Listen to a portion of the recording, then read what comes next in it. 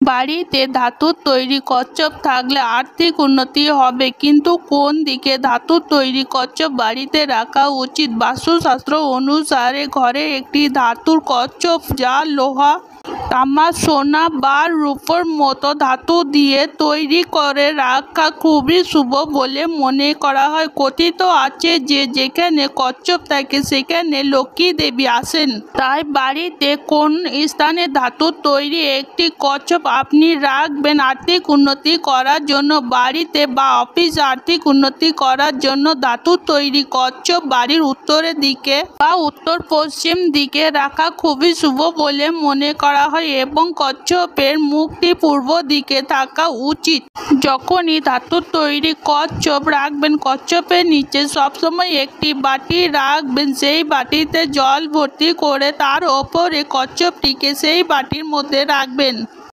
এইভাবে এই নিয়ম মেনে কচ্ছপটিকে রাখলে আর্থিক উন্নতি হবে, টাকা আসবে হু হু করে।